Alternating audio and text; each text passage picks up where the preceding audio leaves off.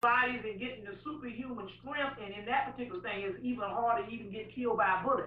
Well, I thought it was fake, but I found a book put out in the 1930s with Carl Jung and all them, and another guy, I can't think of his name, a book called The Secrets of the Garden of the Secrets of the Secret Garden of the Golden Flower.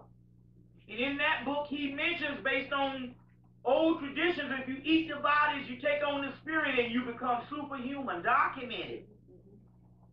So we often wonder, how is it that the damn white man was able to take the whole world, a small group of people? And a lot of it was based on this whole vampirism. And you'll see it in the movie Ravenous when you go and rent the movie and see how this thing works. And the name of the book is The book is called The Secrets of the Golden Flower, is the name of the book. Put out in 1939, Secrets of the Golden Flower. Put out by Santee Publishing Company. That's the one that's reprinting all these old books. You see, so he took the world by eating the dead and bringing this superhuman strength. You see, this is a reality on how this thing actually went down. Now, it's interesting because we're just going through some things, but I want to explain some things here also about slavery and what actually happened here in slavery. Number one,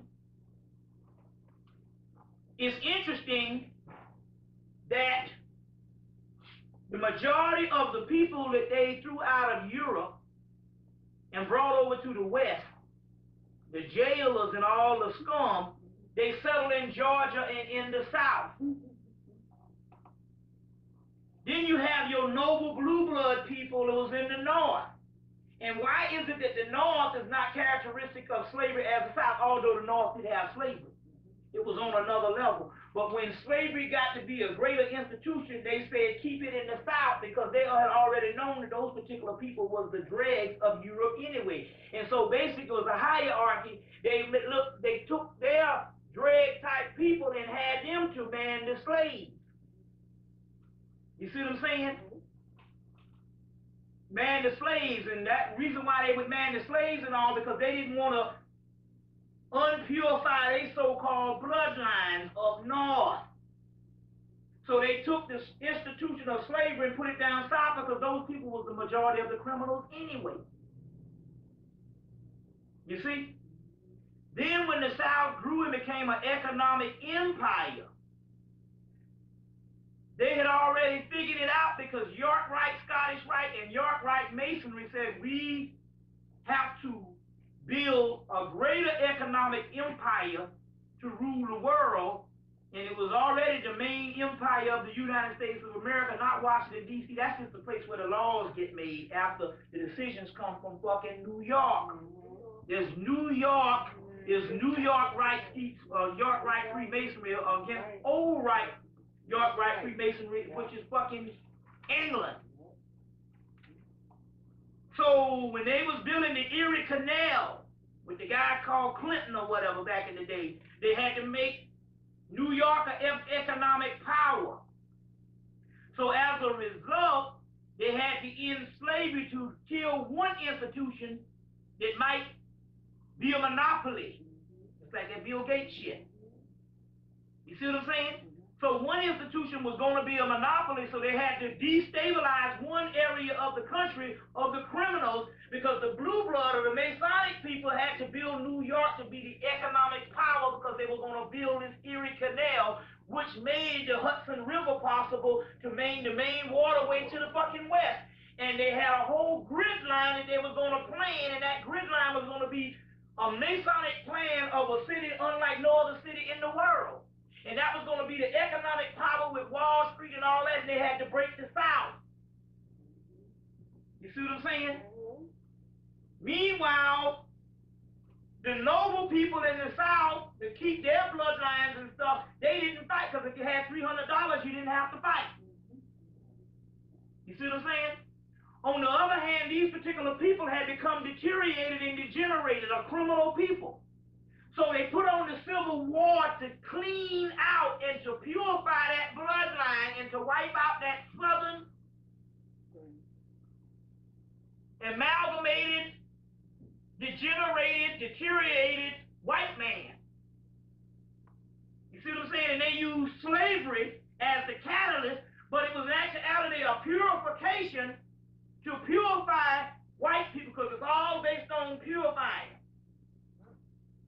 You see what I'm saying? And so they had to clean out all that criminal element that had started when they shipped them crackers over from damn England and Europe in the jailhouses. You see what I'm saying? So they got the structure of New York, and New York was going to be the center of the world, which it is. Nothing like it. And so therefore, they had to purify the southern part, which is just straight up crackers. The little bit of elite white people who could control and own things and all, they didn't have to fight. You had $300, you didn't have to fight. And they cleaned out all of that particular part. You understand what I'm saying? And this is all a part to shape this particular country. You see, to shape this particular country. And it's all a part of what's actually going on. And so this whole Civil War shit was a purification shit. It went down. Very key that you understand that how this particular white boy does things also too. Now keeping on going on, also going into this particular whole millennium thing, because also the West African prophecy was after 2000 season we would be out of this shit. That's the West African prophecy of 2000 season. So don't let nobody fool you. The damn white boy understands this particular information. And he knows what time it is. Now let me get into some couple other things, a couple other things also too. So also too, the 1974, all this stuff lines up. In 1974, they dethroned Nixon. Somewhere in August. I think he stepped down in the summer solstice one. Yeah. 10 years later, they dethroned Vanessa Williams on July 23rd, which is the rising of the summer solstice Leo and sometimes Sirius. That's not by accident that they chose her to be Miss America, to dethrone her ass. You see what I'm saying? That's a ritual. That's a ritual that's actually going on. That's actually going on to dethrone her or during that particular time. You see, all key, just like they dethroned that Kennedy boy. You see what I'm saying? Now it's interesting because we know that you have the papyrus, but you have the Osiris standing between two sisters, Isis and Neptune. He died between two sisters. He died on the 17th. Well, if you read the Egyptian papyrus, they tell you that Osiris died on the 17th. Same ritual. Then, not only that, there were 17 members on the boat at the funeral. Down to the T. Take 3 days to damn kill to find somebody, and take less than 24 hours to burn them up. You know, Catholic burning up some shit. And then all of a sudden, the Pope announces during his time that it's okay to cremate. Nobody know about it until the Kennedy boy dies. But even if you understand the science, if you are traditionalists, you're an elite people, you don't deal with everything that the run-of-the-mill people do. You always stick to tradition. But as I had said on the last tape, the day of the funeral, which actually was a day before July 23rd, they buried him on July the 22nd. On July 23rd, the eve, was all a ritual. And on that day, I turned on the news and they said the ritual of being buried at sea. What the fuck? I heard this shit on NBC. I turned to CBS. They said the ritual of being buried at sea. I said, wait a minute. I waited till 7:30, turned to 7 o'clock, turned it down to ABC. The ritual of burial at sea. Then they said the first one was from horse carriage, which is John F. Kennedy. The second one was train. That's Robert Kennedy. And the third one was by sea. Then they play this tape with Kennedy talking about we all come from the sea. The blood in the same salt contents that's in the sea is in the same salt contents that's in the blood in our body. They play this shit on all 3 stations. Meanwhile, it's a great festival going on. They got all the people crying. They got got niggas going up there leaving flowers, crying and shit.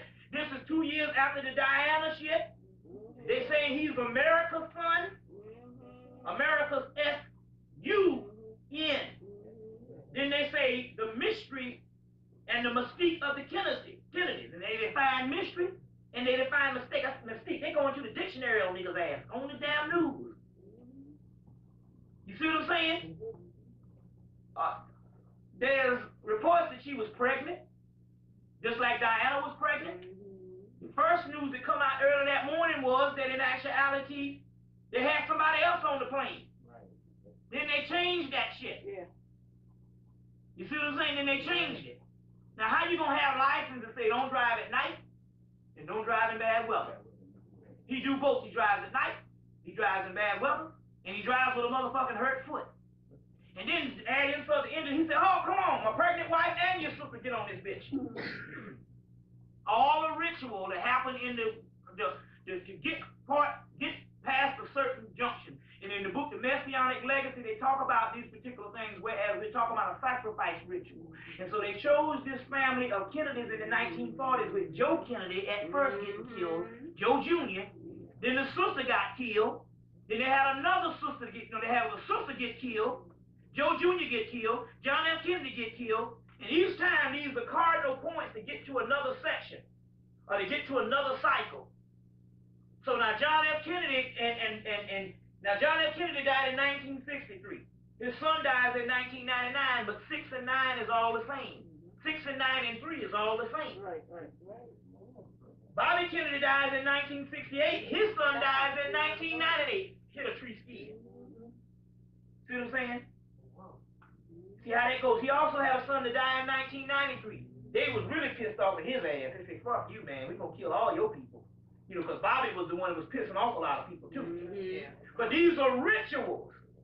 You see, the Chappaquiddick thing, and so they chose this family to be a sacrificial Christ person that dies like Osiris, Bacchus, Tammuz, 16 crucified saviors, Jesus, Dionysus, all of this type of stuff, you see. And culminating with this boy, they say, you fall in love with this Joe motherfucker. You know what I'm saying? He's appeals to everybody, even black people. See that whole brunette thing? That's the thing about the Kennedy. They got that coarse black hair. That's all a part of it. And where they come from Ireland, which is what? Niggas. You see what I'm saying? That whole shit. And then they sacrifice the boy. You see what I'm saying? You got to look at all of that type of stuff going into the actual summer solstice, going into the summer solstice. It's all key. Okay, let's go on. Because I want to deal with some things here. Want to deal with some things here. Let me look around and see what we're going to cover. You want a break? Okay. You want a break? Take a break. Okay, you take a, whatever. And we come back in a few minutes. What time is it? Ain't no time. It's 5:03. What time we started? About 11:10. Oh, we did? Huh?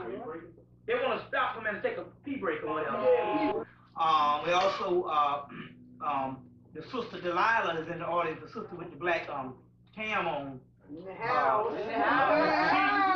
She had a lot of, lectures from starting from what, 1995 up until 1999, you know what I'm saying? And so she had them up in Philadelphia. So this was a venue that you can join two cities together because in actuality, you talk about a suburb down there of two cities and all this right there together.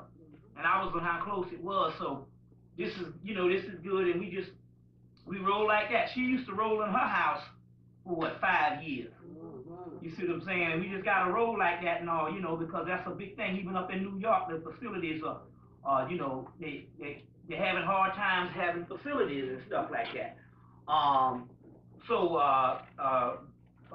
We're in Trenton, New Jersey, want to put that out on the paper so the next time that people is in town or even in Philly, they also know if they want to find some conscious things that they can come, because the name of this new series and this new venue is called a House of Melanin. All right.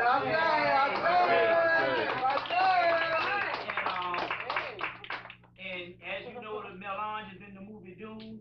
as a matter of fact, you know, the movie Doom, which is the greatest science fiction book ever published, you know, with a #1 selling, the prelude to Doom called The House of Atreides is out now.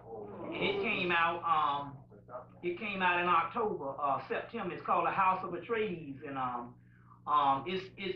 it's the stuff leading up to Paul Atreides. If you ever see the movie Doom, especially the Alan Smythe one, which is the one that came off of Disney, and they showed all this stuff that happened up to Doom. You know, they had these machines that took over and different things like that. If you get a hold of those particular Doom series on the movie, there's 2 movies put out. One is just re-edited, and they give you this whole history. That particular history of before the Guild, before leading up to what you call the Paul Atreides story, which started the book Doom. His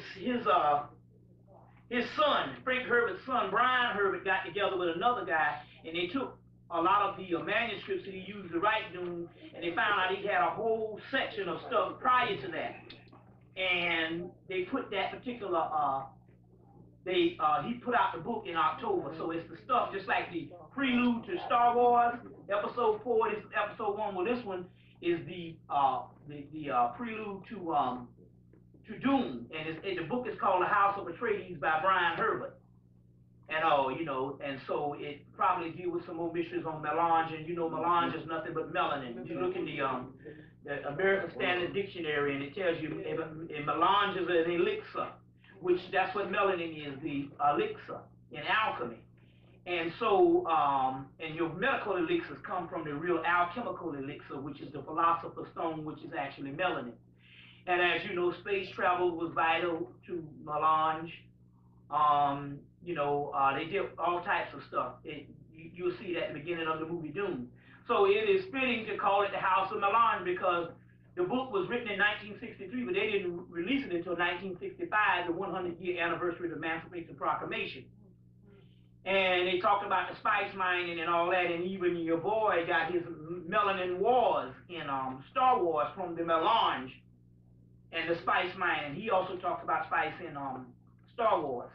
And your Melanin Wars is actually a literal war that started after they isolated the melanin gene in 1968. The Melanin War, or the Clone Wars, as they talk about also in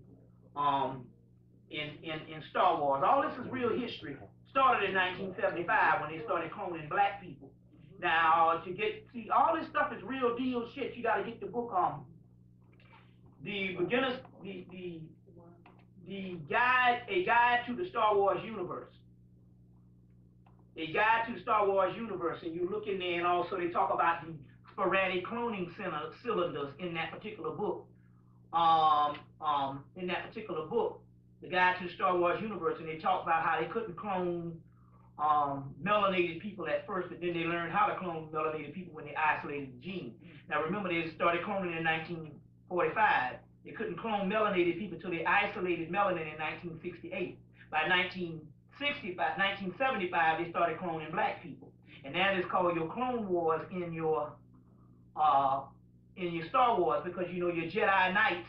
First of all, the word knight comes from the word black also. It's you get your origin of the word knight from King Arthur's Knights and stuff, which is the Knights Templars that was started by the Moors in Spain. And your Knights Templars and your King Arthur's Knights in the Grail mythology is Moorish mythology. And so your knights mean black, and those original knights are your Moors. So the Jedi Knights is the Jed pillar, which is the backbone of Osiris, and Osiris is the god of the perfect black. So your Jedi Knights would be your original black people. You see what I'm saying? Your original black people. And so the Clone Wars consisted of killing off the Jedi Knights.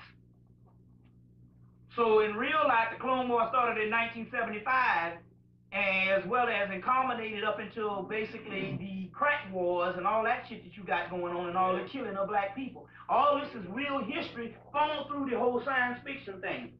But the start of it is 1965, Doom's Frank Herbert, and the whole thing based on he who controls the spice controls the universe. He who controls the melanin, melange, controls the universe.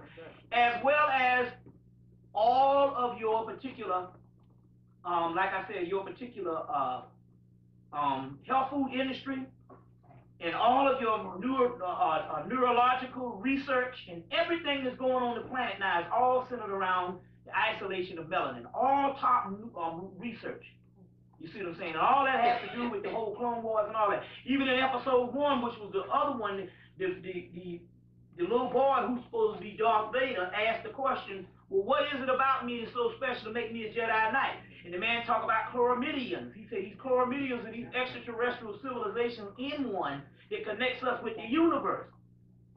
You see what I'm saying? They connect us with the universe, the chloromidians.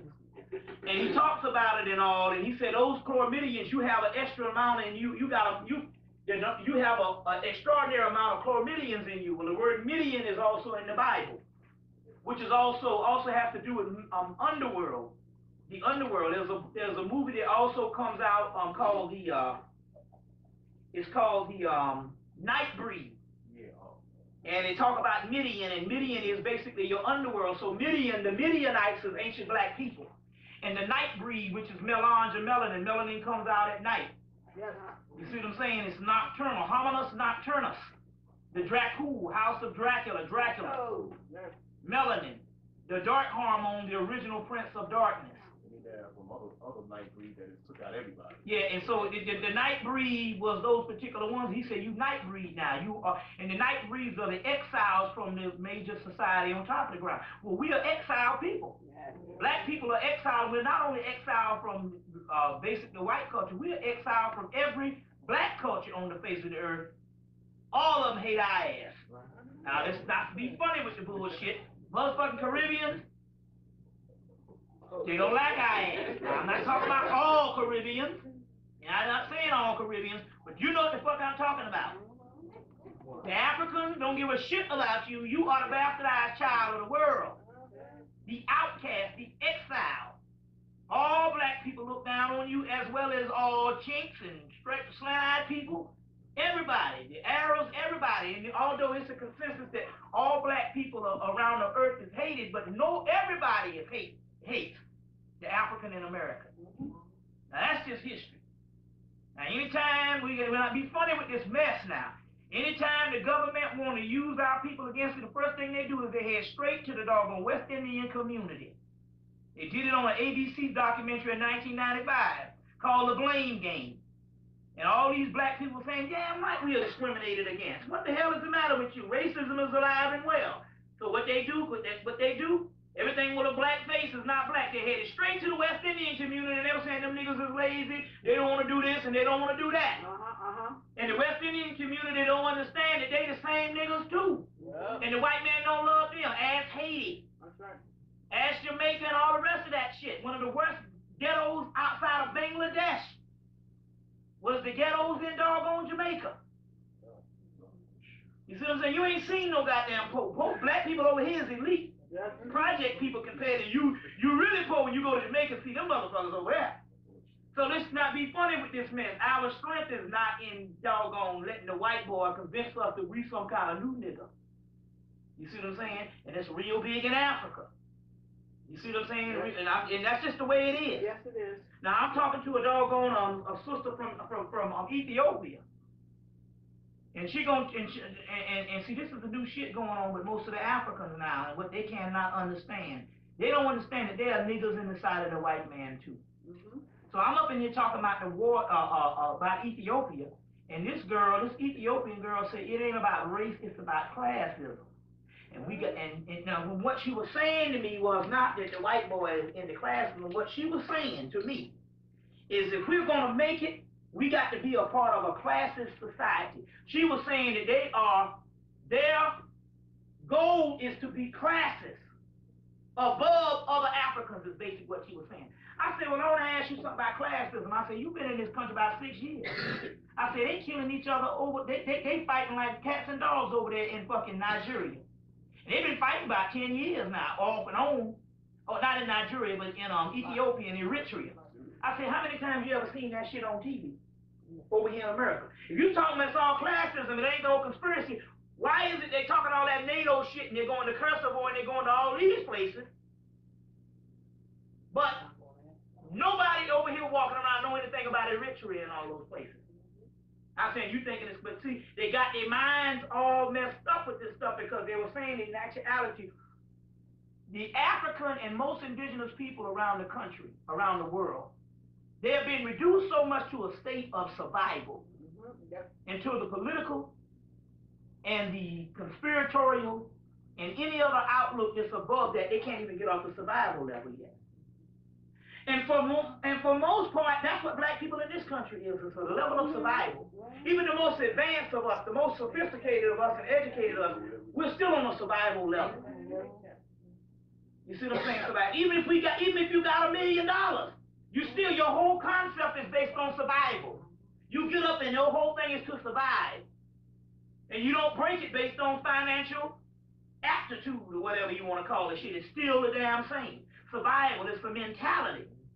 So if you're on a survival mentality, the whole world view and also things that's not on the surface will never come into your world. So the sister couldn't even conceive of a grand conspiracy on a whole nother level because they were still on the survival. Although she's so-called educated, and her whole thing is to be classes because that's that whole British shit. Yeah, that's right. You see.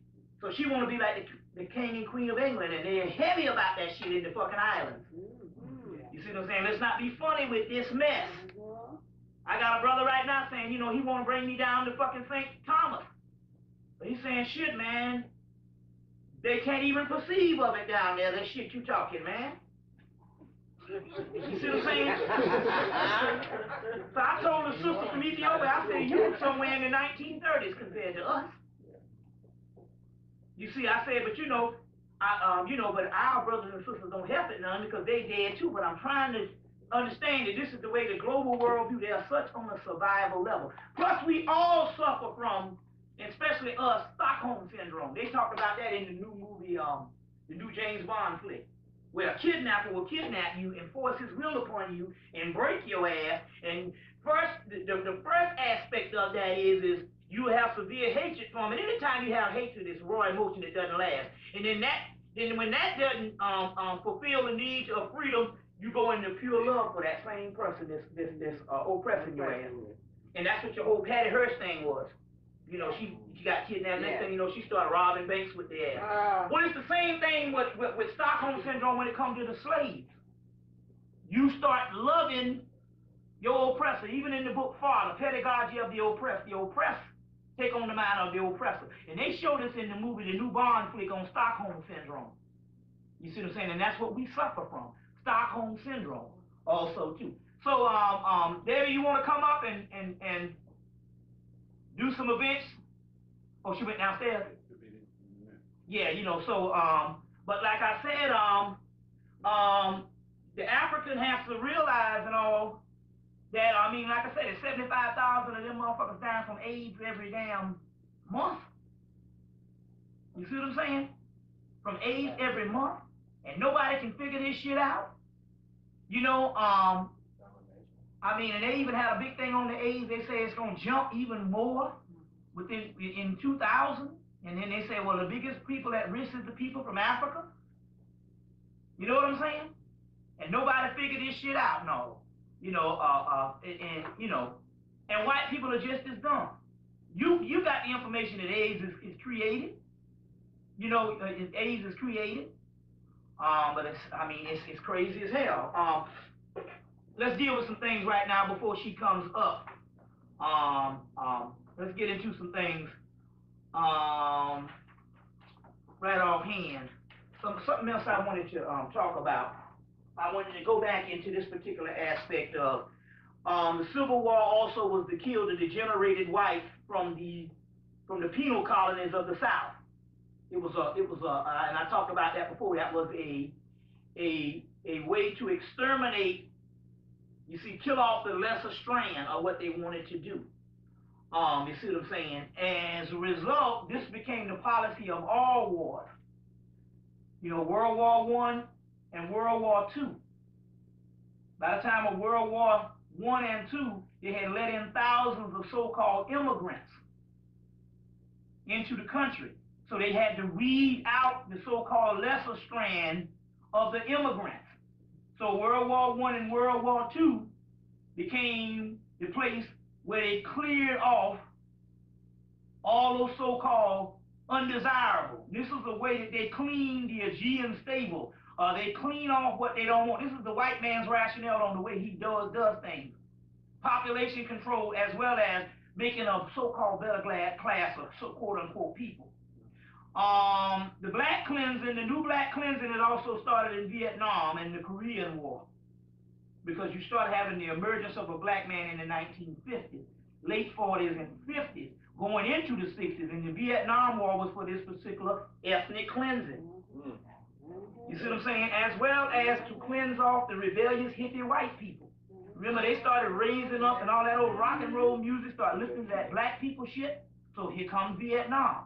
And they said, well, you know, we're going to clean a little bit of the damn beatniks from the fucking 50s to wipe them out. And then as the 50s and as the 60s escalated, they said, keep this shit into 1973. And that was a form of ethnic cleansing. Now, this is one of the keys, because one of the also the forms of ethnic cleansing was to create a hostile environment for black people, whereas if you are poor, you are seen as the enemy to your own people. So as a result, HBO announced with the Chris Rock, and he got all his shows and his movie deals based on going in saying there's a war going on between black people and niggas. Now, I don't know a no damn black person educated that ain't a fucking goddamn nigga. The reason why I say that, because I'm 3 generations educated, so you can't run that shit on me. You see what I'm saying? See, you can able to fool somebody from the projects to think in actuality that some black person who went to college actually got educated. That's a person who never went to school always thinks that a person that went to college got educated. But by me being from 3 generations of education, it's just like goddamn Gandhi even said with his damn secret agent ass, Western education. Oh, that would be a good idea. As people say, I don't see, ain't no such thing. Oh, that would be a good idea. Let me know when you get some. You see what I'm saying? So I'm yet to see a fucking educated black person in the aspect that I ain't talking about training. You know what I'm saying? Because you train how to work a goddamn forklift don't necessarily mean that you know the fucking world. And that's the problem with us is the education, Western education trains you to think that you can speak on any damn thing that you don't know about. You know what I'm saying? You see what I'm saying? And we follow white people. They think they know everything, don't know shit. You understand what I'm saying? Now, I know for a fact, you know, I went from fucking college from 1980 to 1988, and I didn't learn nothing. If you ask me what classes I took, I could not even tell you the classes. So don't come with some dumb shit with me. And I know goddamn my mama Black Sirius Hemmitt that went to school in the 1950s could have been even worse than that. Well, here she is in the 1950s. You can't tell her nothing, because that's another thing, too. It fools you into thinking that you're educated. Yes. So it's more of a misconception. Yes. And they are the hardest people to even convince anything to. Because what happens is you become left-brain prisoner. And what this thing does is it locks you into a system of non-learning forever. Just because somebody validated to you that you were educated. It's a hoax. There's no goddamn such thing. You understand what I'm saying? Now, I know for how many people went to college up in this motherfucker right now? Raise your hand. Other than learning how to dress a little way and you got a little style about your ass, ain't too much to you. I know for a fact. You know what I'm saying? Now, let's not be funny with this goddamn mess. You know what I'm saying? Let's not be funny with this mess. See, the thing about it, see, the mystery here is to get you to be aware of a certain thing. So you can be aware of things. Being aware of something, I'm aware of nuclear physics, but I don't know nothing about no goddamn nuclear physics. So the thing about it, you can have a conversation, that's where they fool you. You can be aware of something, but you knowing it is a whole nother thing. So what they do is they just introduce you so you are aware of more things in the project. Don't necessarily mean you know shit. It's a hoax. It's a fucking hoax. My mama, I said, motherfucker, you went to school in 1950. You can barely see the goddamn TV screen in 1950. If you had a fucking TV. Look, all the shit that went down in the 70s, the 80s. You went to school and they don't even have 8 tracks no goddamn more. That was 1970. You know what I'm saying? But we are fooled into this bullshit. So he said that there's a war going on between niggers and black people. You said it on HBO. They turned around in the movie Omar Epps, First Time Felon. He said it again. There's a war going on between niggas and black people on HBO. Right after Chris Rock said it on his Bring the Noise or Bring the Pain or whatever.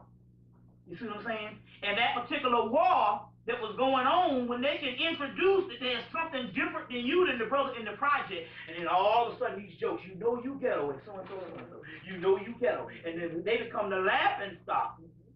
Then also, all of a sudden, they can have also an extermination of black people to wipe out those particular unwanted desirables by us. And then they will come up with the new magazine to say, good news, Black America. Good news about Black America. You understand? But why isn't anybody listening? And they can say this kind of shit now because we done bought into the bullshit.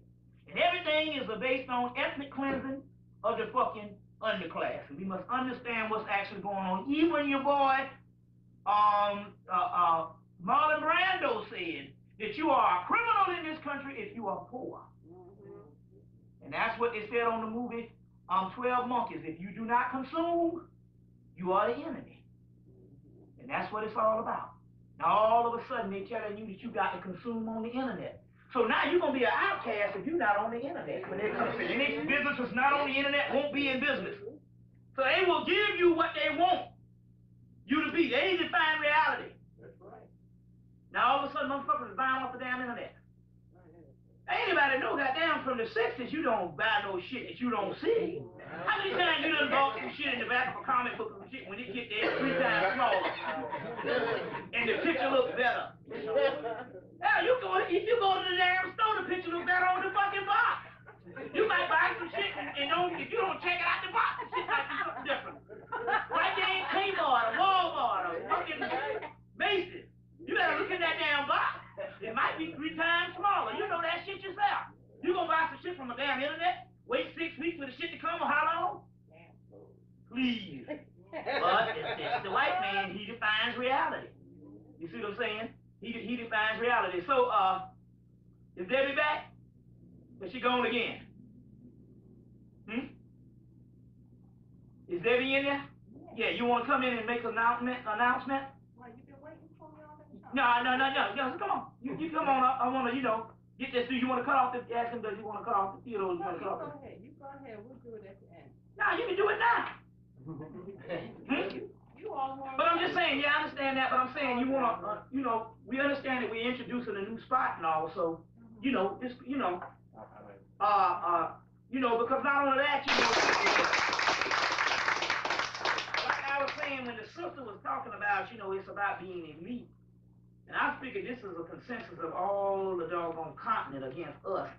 And I was saying in my head, and I knew it was wrong to say, but then again it was right to say because the spirit told me. I said, I'm glad y'all over there whipping each other like fucking cats and dogs over there. I said, because y'all pay a heavy price for hating us. We ain't did shit to you. You know what I'm saying? Like some Asian boy. We going in the line of the movie, and there's got this little line. You got to go through this little thing to get, these little things. They got this little tape-like thing to get you to, if they got a long line, they make it in a little maze, so if, so it can be, won't be just one long line down the hall. And and he gonna get in the middle of the damn shit and just stop and looking at the movie, and and had all these people waiting behind him. So we went around him to go all up to the damn window, and he got all pissed. I said, motherfucker, you gonna stop in the middle of the shit? You think we supposed to wait? Then he got the gall and say, I know your people. I said, no, I know your people. I said, what the fuck you mean by that? I said, no, you don't know, goddammit. I said, you don't know. I said, I'll fuck you up in there. It was in the middle of the damn exclusive mall, Gucci. I said, I'll fuck you up in this damn place. He got a little scared. Asian man. I said, I want to ask you this question. I said, now look at this.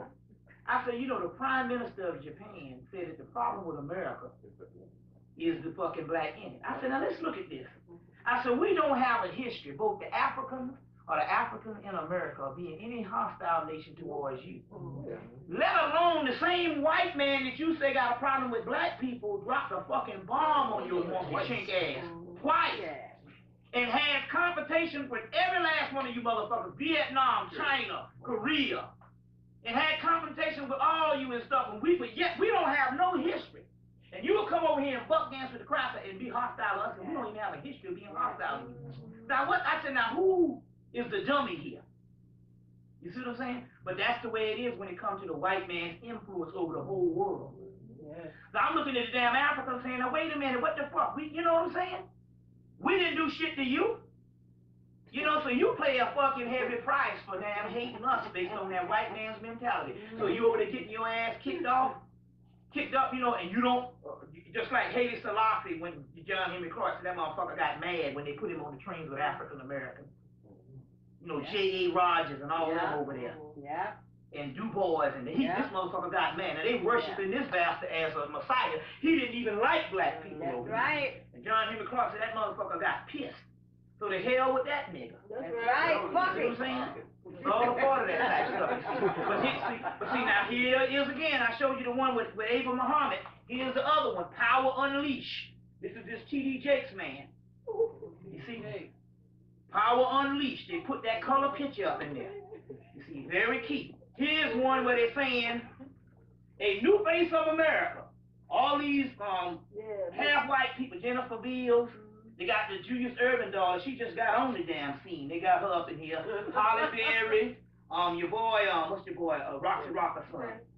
Not Kravitz. Lenny Kravitz. I don't know who this nigga is. You know, Tiger Woods. Huh? Let me see, they have they got Mariah Carey, Snigger Woods. You know, new face of America. They ain't got Sade up in there. The blend of making a true melting pot. See what I'm saying? Now remember that they had an article in Newsweek and all where these white people are trying to miscegenate themselves down or amalgamate themselves down to a non-white race. You see what I'm saying? That was also a part of it also too. To a non-white race, but they had that particular part up in there.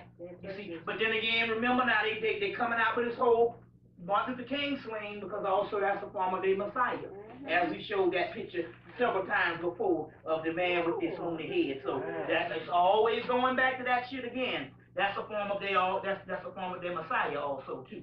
So let's get into some other science right now. Some things we need to get into. Y'all bear with me. If you look in the Bible, there's a book called The Lure of the Unicorn. And if you look in that particular Bible, you will see, if you look in that book, The Lure of the Unicorn, they'll show you all through the Bible where the word unicorn is, all in the Bible. And they talk about these horns. Anytime you hear the dragon with 10 horns and all that type of stuff, the horn that's on his head is in actuality represents the pineal gland. So the dragon with the horns, the thing with the horns is the glands and the chakras, the 7 seals and the 10 horns is these glands, and the horns is talking about the ancient black man. You see what I'm saying? Which is the so-called dragon. But also there's all through the Bible they talk about the unicorn, and that's also representing the black man and the black woman. Also we get the movie Legend.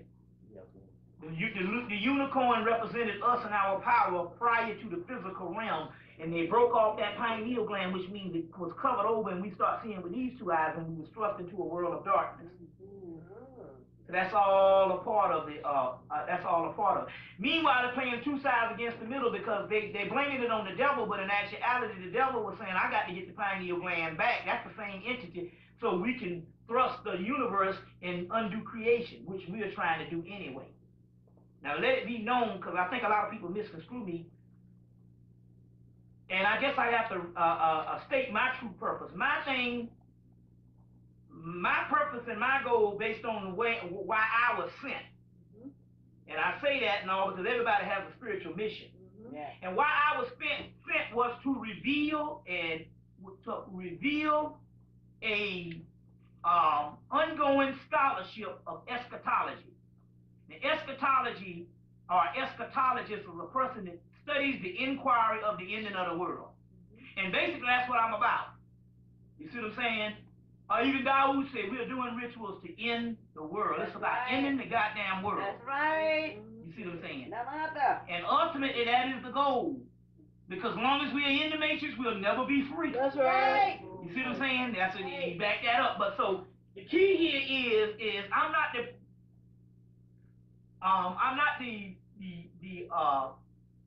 speaker. You got plenty of speakers out here that tell you about to get your good health right and all that kind of shit. I can give a fuck about the quality of life, right? That's right. You see what I'm saying?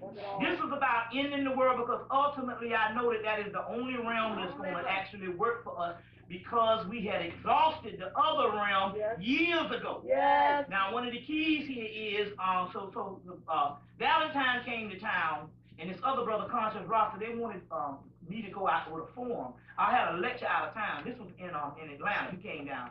And they wanted me to sit on a forum and they was going to be talking about diet. And I said, no, that's contradiction to me because my whole thing is we are getting ready to explore the mysteries of death. And I'm trying to get the folks off the planet.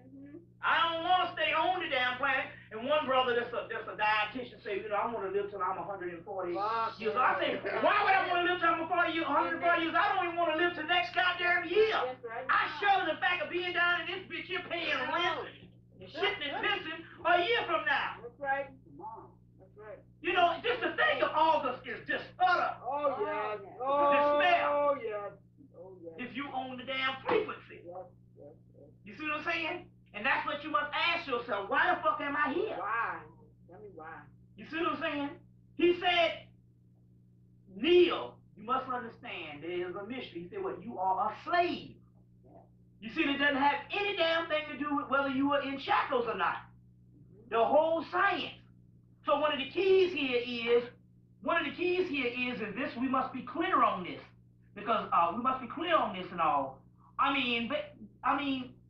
Live to 140 for what? The only reason why we even lived that long in the first place because we wanted knowledge. And we had a certain amount of knowledge. Even the guy in India that was 300 years old, he was only 300 years old because he couldn't find a teacher to teach the students. So he had to stay around till they got somebody adequate enough. You understand what I'm saying? Adequate enough. Now, so my point is if you want to deal with what the ancient Camites and the ancient Africans were dealing with, they was preoccupied with death. Why? Because death is the other realm. Yes. Right. Yes. Death is the other realm. We're going to get into this and all. This is the Berlin Papyrus. And the Berlin Papyrus was put out in a small format, but it's a bigger format now called Reveling the Soul by Beaker Reed. An ancient Egyptian dialogue between a man and his destiny. And he's talking to his soul, Beaker Reed. And in here, the goddamn man saying, fuck the dumb shit, I'm trying to kill my damn self. Yes. This is 4,000 years ago. And the soul was trying to tell him why it's not feasible. You see what I'm saying? But still, yet, nevertheless, he said, either I'm going to sacrifice in physical sacrifice, or it's going to be some sacrificing because I don't want to stay here. That's right. You see what I'm saying and all. And so this is what we're going to have to deal with also. We're going to get into that in a few minutes. We're going to get into that in a few minutes. Because if the God that's over us is the God of the living, then who is the God of the dead? You see this? Who is the God of the dead? And in actuality, when you do the mythology on melanin, melanin itself is nothing but death. That's what it is. It's death. Now, what do I mean? He says, what does that mean? First, what does that mean?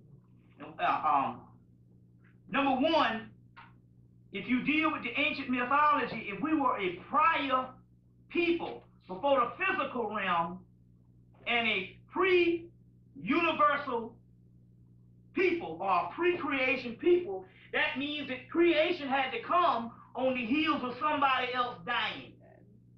And those particular people that died became humans.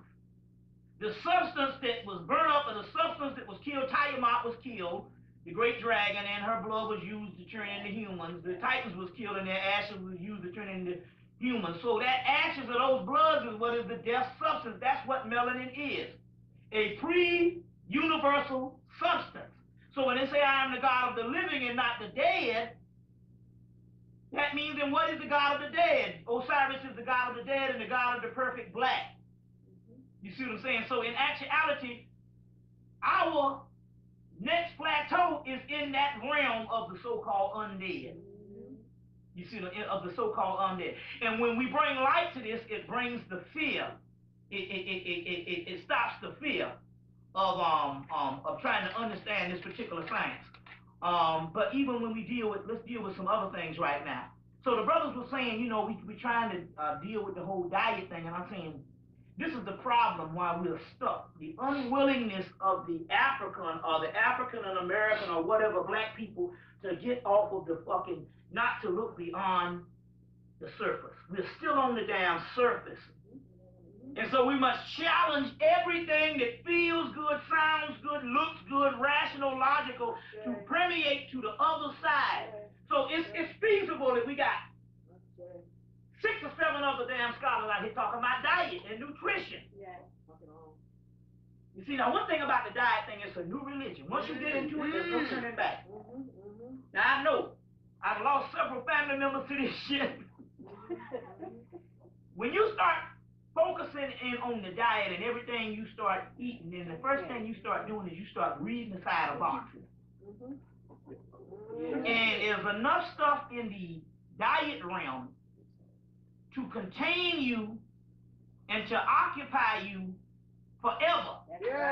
Until before you know it, you'll be stuck in a new religion, whereas the enemy becomes a person who is not on the same diet. And we got scores of people. I see people that even get new people, their social circle, and they get together and talk about what other people are not eating and what people are eating is bad for them.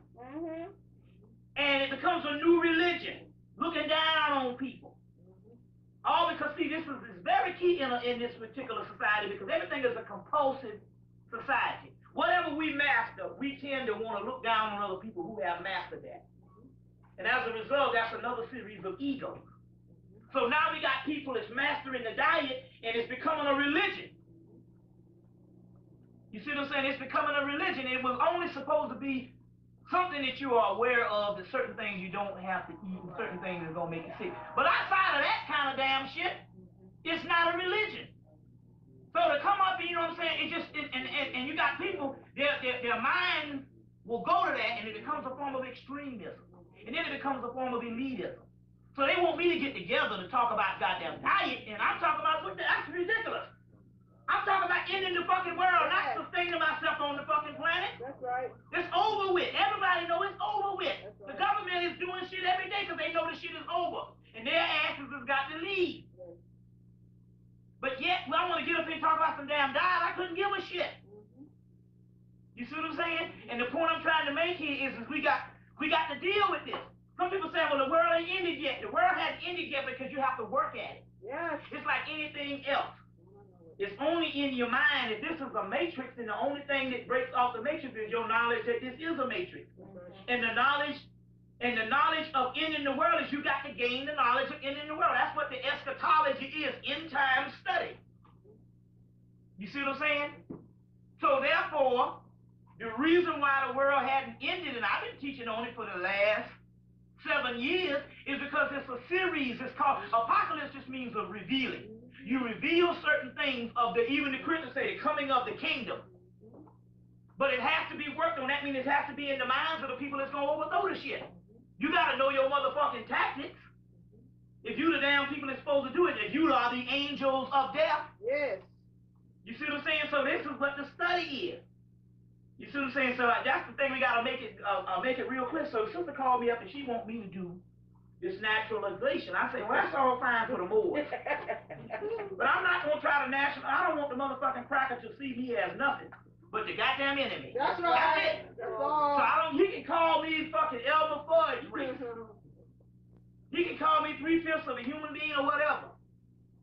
But call me the real shit. Call me Lucifer or Satan or virus. Angel of death. Angel of You death. see what I'm saying? Yes. The virus or terrorist or whatever you want to call it. Angel of death or whatever. Grim Reaper. Yeah. Anything that represents that, because you got to realize the entire world now is on the agenda of this white man. Yeah. From fucking Maine to Spain. Yeah. They on the damn Africa, the Caribbean, and African Americans. This is one thing, the white man has now made himself supreme. He has crushed the enemies. He said, this aggression will not stand. And all presidents say that shit. And what they mean is anybody that's not a part of my motherfucking agenda, you understand what I'm saying, is the enemy. So he has made the world western view all the way down to goddamn Madagascar. Yes. To fucking Alaska. See what I'm saying? From Okinawa to Hawaii. All over the planet, the white man's agenda is key. People thinking he's the God because they have been fooled in thinking he's synonymous with technology. That means it's got to be one little element, and that's all it ever is. The stone that the builders rejected will become the cornerstone. It's got to be one element that understands that in actuality, this motherfucker is the enemy, and it goes even further than that. We'll get into that too, that God is the enemy. Right. Now shit hit goddamn Come quiet. on with it. And we Come don't on have to with go it. into the science on that also. Tell us too. But now don't leave now, because I don't want you to say this is crazy. You got to get into that shit too. So you know, so we got to deal with this stuff also too. Even in that's why we're telling people to read more mythology. The mythology is more truer than even the religion. And the mythology talks about a fight between races of demons and the gods. We'll get into that in a few minutes. But mythology reveals around the world the true history of the earth. Now, there's a guy by the name of Fred Pelton wrote something. He did some studies, and he found out that mythology, it had proven that the Necronomicon, or what you call your Cthulhu mythos, was accurate mythology based on comparing it with other mythologies. So in actuality, what we're talking about here, we're not even talking about the human origin of anything, and I think that's what's confusing us at this particular time. We are looking at the world based on our humanity. And our humanity is the Matrix, a role-playing game that never existed, a series of dreams. Whereas we're supposed to be studying the mythical monsters and creatures of non-human origin. Not substitute with this alien bullshit the white boys talking about. We're talking about stuff that's in the mythology, the Nephilims, the Titans, the kings of Edom that ruled the world before the first king of Israel. The king of Israel just means the first human man. First king of Israel would be in the Hebrew thing, Adam. There was the kings of Edom that ruled long before that, and that's talking about this pre-human civilization. And so therefore, in order to understand this particular thing, the reason why we've been waiting for this thing to end, we've been waiting for this particular thing to end, and we've been dealing with this stuff based on a human way of looking of things, and we were pre-human before that. So if you're going to get back to the shit before you fail, you cannot think human. You got to think pre-human entities. You see what I'm saying? Now, chaos.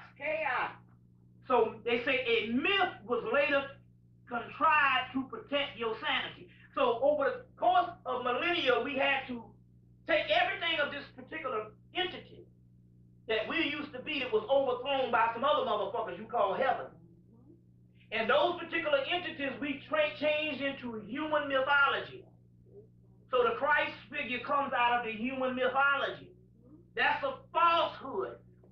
The Necronomicon or the Cthulhu mythos, H.P. Lovecraft stuff gives you a history of an alien race outside of this pre-human. That's what it's a pre-human race outside of this human concept. The white boy's not interested in a Jesus Christ because he know that's some bullshit. You see, he know that's some bullshit. He know that the shit that's coming to him is a straight up murderer. That's against love. In the house. And we're gonna get into that also too in a few minutes when we get into this stuff here. And stuff. So these are concepts that we're talking about. So in order to do that, we need to understand some other things. The Buddhists, they teach you about, breathing, meditation, and pure love and divine thought and all that shit. That's a fundamental group that came after the original Vedas. And your Vedas are your Dravidians. And the people that come up from Kush in Ethiopia and Egypt. Your Buddhas, your yogis, and those people that we now learn all the stuff in those particular societies is post-Vedic systems. And basically, although they're more advanced than Christianity and those things, because you do take practical application and meditation and all that stuff, it's still a form of fundamentalism. And they tell you to still the soul and to be niceful and peaceful and to deal with love so that you can sustain this particular realm. Now, let me explain this. Let me try to explain this the best way I can. Try to explain this the best way we can. First of all, this is interesting here because you see this tree of life also becomes this, the Christmas tree with the bulbs, same shit. Santa Claus goes up the tree of life or comes down and puts the present up under the tree because they even tell you here, the Malkuth is the kingdom. You see what I'm saying? Is the kingdom. So this is the Christmas tree. In Egypt, it would be the Djed pillar. You know, the Djed pillar, that backbone of Osiris, whatever that thing is, and all that's the same shit. You see what I'm saying? And as well as the staff in the caduceus, all that's the same thing. This thing here with the presents under the bottom, this is the kingdom, and the gifts come down this particular way. But if you notice, the gifts are at the bottom. So that means ain't shit up here. This is as above, so below, but it also means that this was transferred down here. So in actuality, the Christ comes from hell, not heaven. Even they say he had to descend into hell. Jesus had to descend into hell. You see what I'm saying? But we and I talked about it the last time that there's a seed inside of us in the lower gastrointestinal tract, and that's what the soul is. It's down in the most grossest form of shit. Now excrement. Well, it's interesting because you read the damn Christ story. Jesus is born where? In a stable. In hay and all that kind of shit. And the hay and the animals also represents the natural energy, but he was born in a stable among shit. And then the three wise men come bearing gifts, and the three wise men also represents the three pineal pituitary body bearing gifts. You see what I'm saying? And that type of stuff. But he's born in a stable in a manger, in a swaddling clothes. So we're talking about hell. But on the other hand, that's also talking about producing rejected people. You see what I'm saying? Rejected people. Now in alchemy, they say you got two paths. Y'all getting this? Yes. In alchemy, they say you got two paths, and I'll explain that. But they say, but the path you don't want to take is the rejected stone. Now that's white people talking because we are the rejected stone. The stone that the stone that the builders reject will become the cornerstone. And the projected stone they're talking about is melanin. And they say we can't deal with that particular melanin because that melanin is evil. We'll get into that type of stuff also too. So basically, now this is interesting because this is an interesting point. If you get the Tanakh, I call it the Takana. Anyway, that's the Hebrew Old Testament, which is this thick. And yet, that's the Old Testament, yet you get a Bible this thick with Old and New Testament, so something is wrong. If you get an Old Testament this damn thick, and then you get a Bible, if you get an Old Testament this thick, and you get a Bible this thick with Old and New Testament, then something is wrong. And apparently what it is that there's thousands of Egyptian words in the one that the original Hebrew one, but there's one thing also in the book of Ezekiel. In the book of Isaiah, they tell you that Leviathan moves upon the face of the water. In the book of Ezekiel, they tell you that it is the Pharaoh that moves upon the face of the water.